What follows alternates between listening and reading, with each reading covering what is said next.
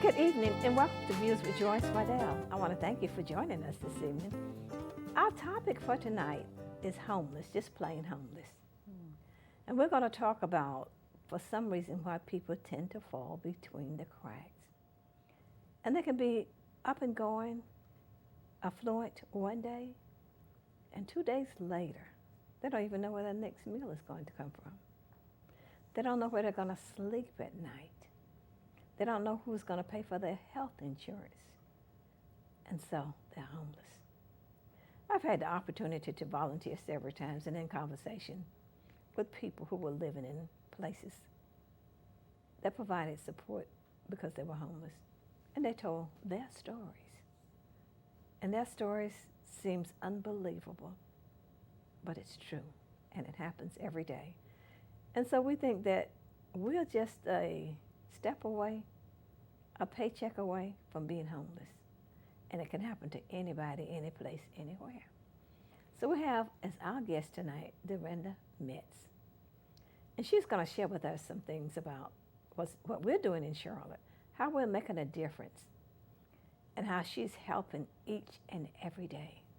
And her work is a blessing to those people without a place to lay their heads at night, who are sleeping in cars and on somebody's couch, and at the same time surviving. Welcome, Dorinda.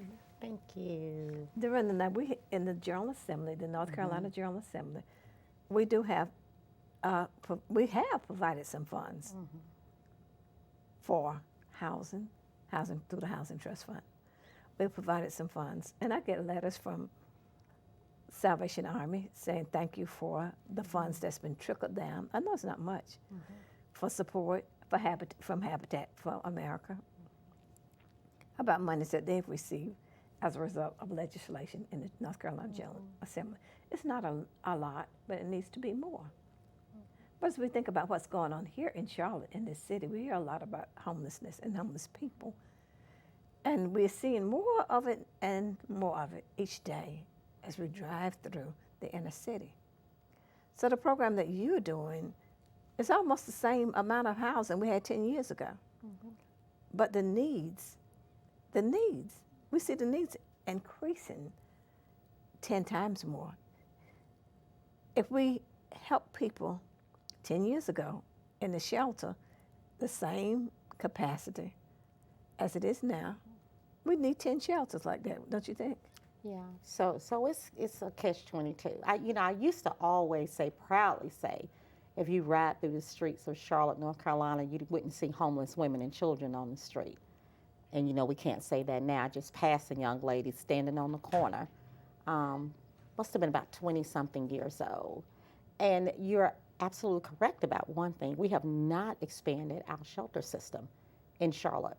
But we look, and it's 75 new people that are coming to Charlotte every day.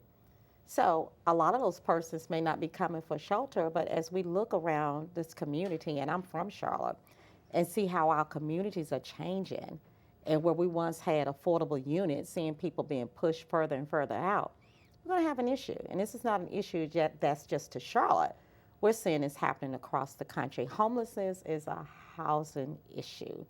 We have a serious housing crisis in Charlotte for those that are the poorest in our community. People say poor people, they automatically think that they need some other types of support, but we're talking about those persons that make $25,000 a year. That's a large segment of our population. How much would they be getting? That's $2,000 a month. And it's very challenging now to find housing. You're exactly correct. So if you find a 2-bedroom in Charlotte for $1,000, that's half of your income. How do you live? And so these are some of the challenges we face. Now, what people may not know about Charlotte is that we have now a homeless system. So if you become homeless, if you pass a person that's homeless and they ask you for help, it would be good to say you may want to give them some water or give them something to address their immediate need, but you definitely want to say call 211 because we have a homeless intake system. Once they call 211, they're going to send them in to have an in-person assessment if they're looking for shelter. Now, where will they go when they get this assessment? If they don't have a phone, when you say call 211, if they're on the street, and you in your car and you come up to the stoplight, they don't have a telephone. Now, who's going to call 211? And they're not coming there unless they know where they're going. That's right. Your name and number. They're going to say, how did the person look? When did you see them? And you got to, unless you're going to get out your car and be the advocate and help for them. Miss Waddell, that is such a good question. And we talked about this, you know, if a law enforcement sees someone on the street, a lot of them agree they would assist someone with calling 211. So you're absolutely correct. Now, you could just sort of send them toward the shelter system. So Charlotte is not like a lot of other shelters. We don't have a lot of emergency shelters here in Charlotte. We have the Salvation Army on Spratt Street, which has about 350 beds. And then we have the men's shelter on Statesville Avenue in North Tryon, both run by the same organization. And we have Safe Alliance for women that are fleeing domestic violence. So I would suggest that if you found a person on the street and they did not have a phone, that you would just sort of direct them to one of those shelters.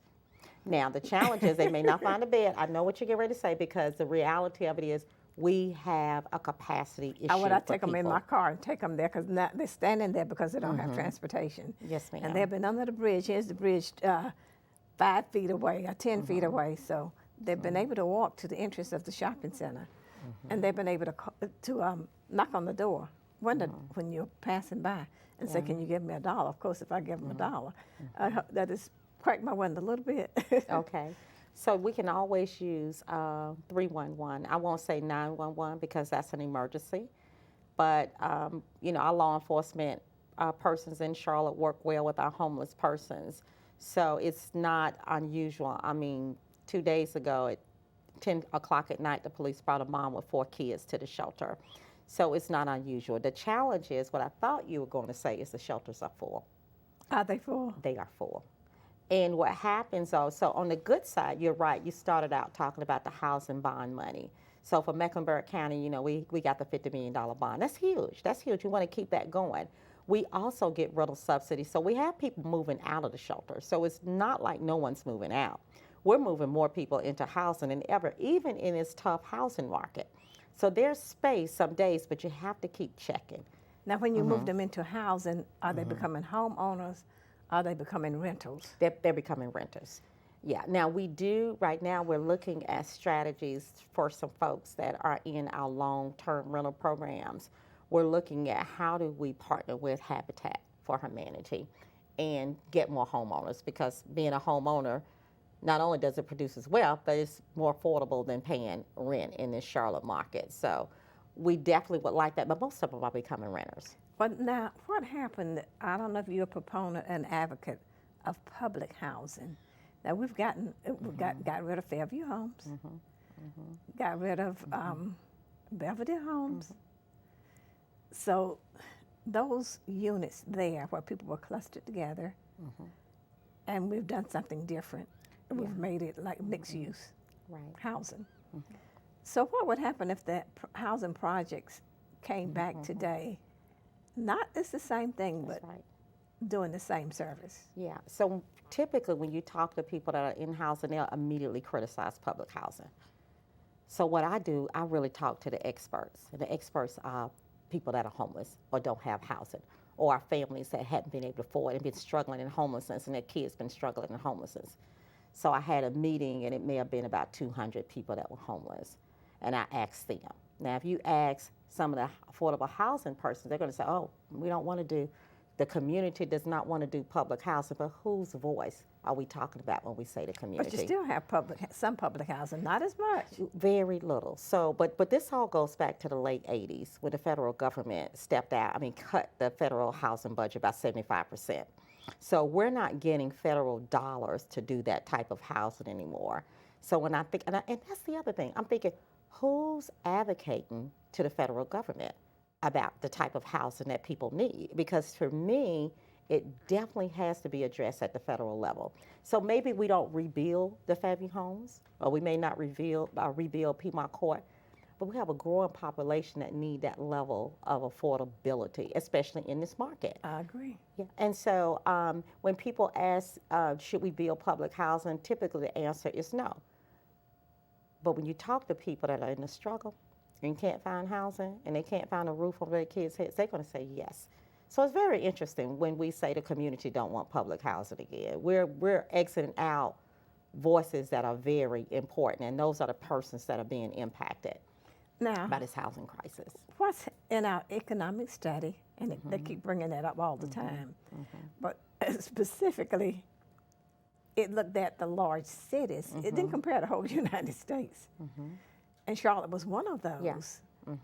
When we looked at upward mobility. Yeah. It wasn't they weren't talking about everybody, every city. This city, and it specified the large urbans, several of the large urbans, and they compared them. And Charlotte was one of them. If you were born in poverty, it would be very difficult to get out of poverty because it just was not going to happen under the same circumstances. That may be true, but it does not have to be stamped as a death sentence. I agree. But what it would really take some social equity, right? Because, and apparently they must have ranked or surveyed 50 cities because Charlotte ranked 50 out of 50 in this upward mobility study. So one of the things, I was saying to someone, I think that African Americans in Charlotte, But some reason why it ranked 50 out of 50, it just wasn't happenstance. Okay, no, it wasn't happenstance, but they studied communities and they had data that show that people at what income level. But it didn't tell what Charlotte needs to do. So there are some Recommendations. There are some recommendations, and I think where we agreed or where it's at is looking at preschool. It's looking at preschool, so it's not pre-K. Yeah, pre-K. So it's looking at how do we impact those children's lives, and so one of the action items were putting people in what they call more opportunity neighborhoods, where people would be in a better neighborhood. So for an example, the Housing Authority now is putting funding in vouchers that are a little higher than the normal vouchers to put people in different types of neighborhoods. What would they go to, Valentine? Well, I don't know whether you They can got afford. to go. They got to go. I mean, if you look at the high neighborhoods, you're looking at Valentine. You're looking places at Southeast Charlotte. You're not looking at the West Side specifically. However, there are some $500,000 homes in the West Side now, around Johnson C. Smith. Oh yeah. Oh my gosh. Yes. So you're exactly correct. So you talk about those communities. So we're sort of on the borderline. So some of these communities. Where are you going to send them? Yeah. Are you going to send them to Valentine? Palisades, those high-dollar houses. Yeah. Are you going to send them to those neighborhoods in Southeast Charlotte where they're looking at $1 million houses, $500,000 houses, and how much are you going to see? I don't understand that. And how much are you going to give them if they're going to rent a house over there? So Evidently they're not talking about that. So we are looking at getting people in various zip codes throughout Charlotte. I don't know whether it would be in Ballantyne or not, because here's the thing. Will it be in Palisades? Maybe. I don't think so. But here's the other thing. We assume, because when we put people in communities, yes, they want to be in great communities for their kids to attend school, but they also want to be in communities that they want to be in. So I remember meeting a guy and he said, "Oh, I just wish we can put all your families in Myers Park." Well, we have a lot of families that don't want to live in Myers Park. I mean, they want to live somewhere that's a community for them. And they want to live in Eastover. They may want to live in Eastover. But the reality of it is they want to live like everybody else in a neighborhood that's safe and that's affordable. And the first thing they say is, "I don't want a drug-infested neighborhood." And nobody wants to live in a drug-infested neighborhood and raise their children in a drug-infested neighborhood. So the housing, a lot of good things are happening. Here's some of my concerns and some of the things that we are addressing. Let me let the audience know what we're talking about. Okay. Audience, we'll continue to talk with Dorinda Mintz. She and I serve on a state committee together, where we travel from Winston-Salem to Charlotte to Raleigh. To talk about housing needs and what some of the things that's being done in legislation that we want to see passed. So I'm working on it as your senator each and every day and taking cues from them and from these meetings that we are attending. So this gives me an opportunity for Dorinda. She's over the Salvation Army's program. And you've been there for 10 years, haven't you? For almost 30. You've been there for 30 years? Been there since 1990 when we built the building. But you weren't director since 1990? It's 1998. 8 years later? 8 years later, yeah. So you're a fixture there? Yeah. I've seen homelessness change, and that's my passion, in particular family homelessness, yeah. So we're talking with Dorinda Mintz, and she's director of the Charlotte Housing Salvation Army. Salvation Army Housing on Spratt Street. Same place where we go to get surplus food, right? It's right beside us. Right beside us. It's a food bank and in crisis assistance ministries, crisis of course, is assistance. behind us, so we're all there together. Everybody's together. And she's been doing a great job with helping families move into housing and making a difference. And from time to time, I meet people who come to the General Assembly building, who come to talk to us in Raleigh about homelessness. And I was sharing with her some things that people who are living there had been telling me. And we said, we're going to research that, because all of the time, people don't always tell you the whole truth. They tell you what they want you to know. And I do listen, and I do get back to them after I speak with the authority.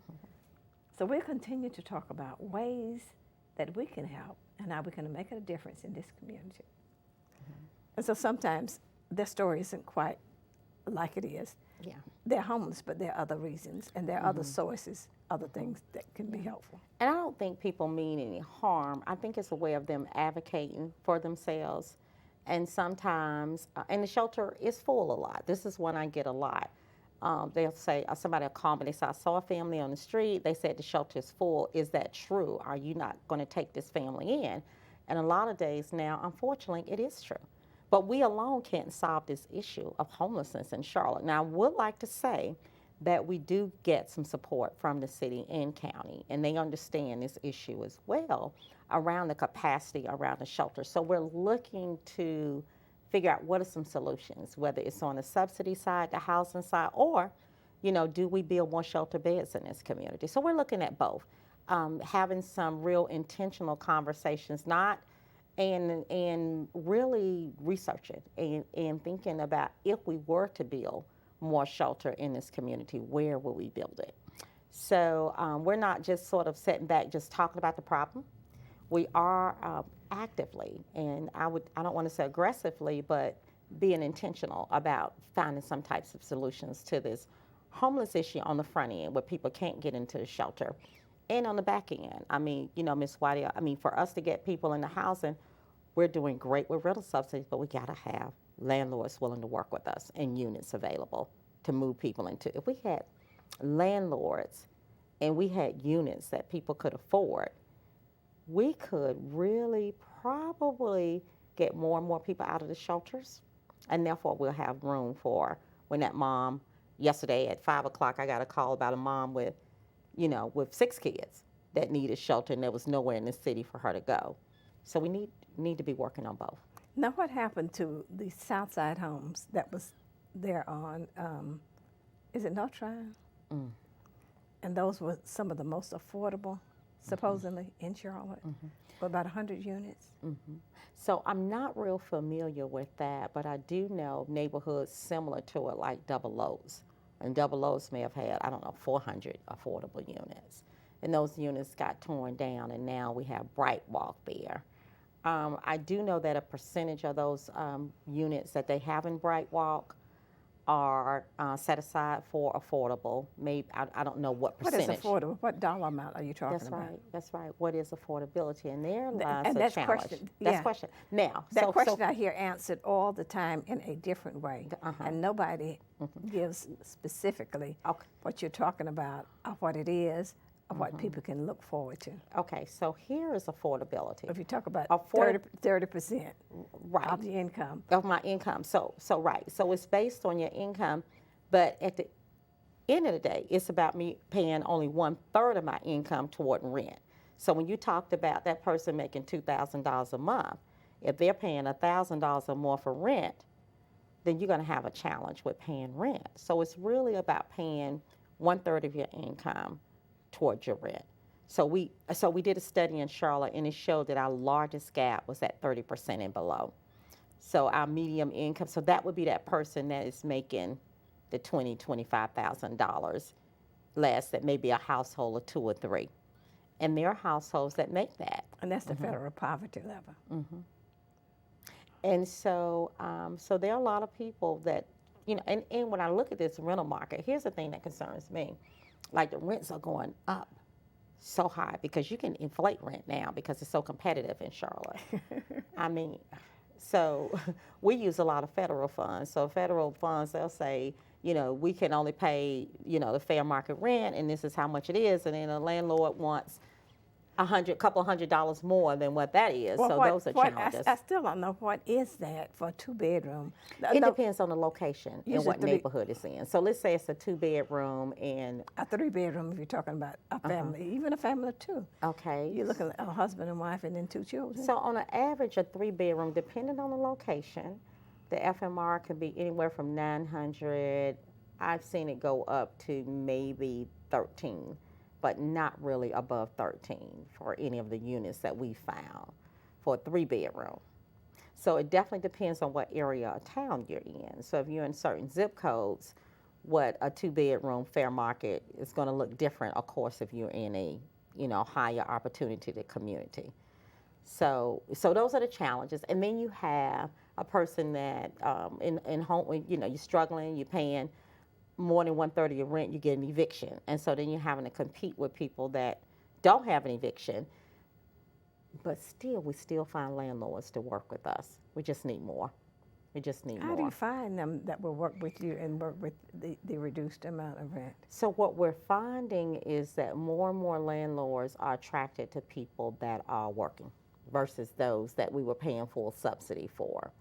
Even if we were paying full subsidies, I think landlords felt better about people that were getting up, leaving the house, going to work. So what we did, we started a workforce program at the shelter. So we have 2 staff there, and we do employment classes there, like during the week, have a graduation. We're having a job fair coming up on the 18th. I think it's at noon at the shelter. Have about 15 different vendors, employees coming there. So we recognize that, yes, for us, homelessness is a housing issue, but it's also an income issue. And so let's also start giving people the support they need to get jobs. So I think a sort of change in what we're doing is attracting more landlords, because now people are making a connection to, okay, so I'm getting this rental subsidy, even if it's Section 8 or housing choice, it still would be better if they are investing in that housing, if they can. Now, we know some people are disabled and can't work, but if you are able to work, it would be better if you would have a better chance on getting housing. Audience, we'll continue to talk with Dorinda Mintz as we talk about homelessness and some outstanding things that at the Salvation Army they are doing to make certain that people do not fall between the cracks, that there are opportunities and experiences for people so that they can get out of the track of being homeless, that they can be homeowners. Not only that, that they can live in decent, affordable housing each and every day and make a difference for themselves and their families. Dorinda, I meet people, I told you, they come to General Assembly, they call on the phone. I get a lot of questions like this. And this particular lady, several of them came to Charlotte. Somebody put them on a bus and sent them to Charlotte from a small town, looking and told them that there are a lot of jobs here. When they got here, there was no job. And so they went to the shelter.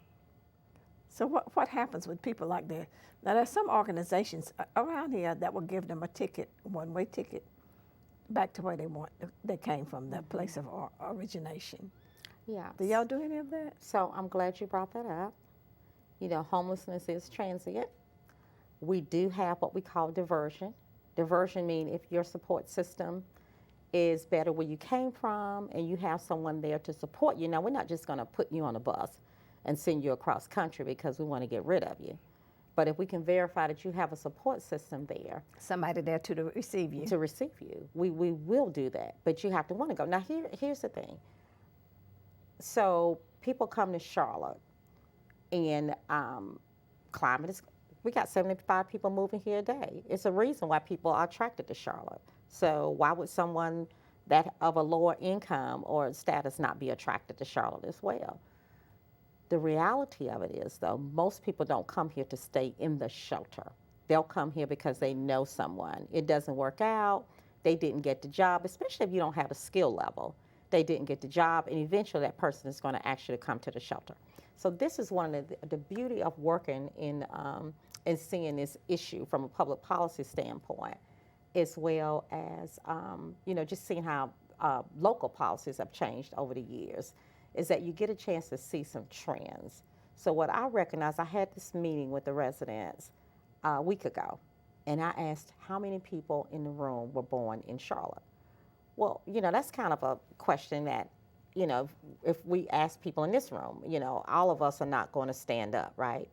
But we had a good group that did. So then I asked how many people had been in Charlotte 20 years or longer, and more than half of the room stood up. So for a long time. So that told you something. Yeah, for a long time we said this is a trend. People are moving to Charlotte. We have a homeless issue because people are attracted to. We have good services in Charlotte. People are homeless because they lived in this community and they no longer can keep a roof over their head, for whatever reason. Well, your first question, and I know you're asking in such a way that it was not discriminatory. Right. How many people were born in Charlotte, and what was the response? And the response was, it may have been, I would say probably out of 300 people in the room. Out of 300, 200 people in the room, I would say, as far as born in Charlotte, it may have been about 20%. So if you were born in Charlotte. So that was about 60 people. Now, when I said 20 years, at least 20 years, that number went up to almost half of the room. So what that told me is these are people in our community. Something happened in their circumstance that caused them to be homeless. Yeah. And that tells you something else. They have a support system somewhere. If they were born here, they know this somebody. Is true. This is, you know what? You are right on point. You're absolutely correct. Well, we're going to wrap this up.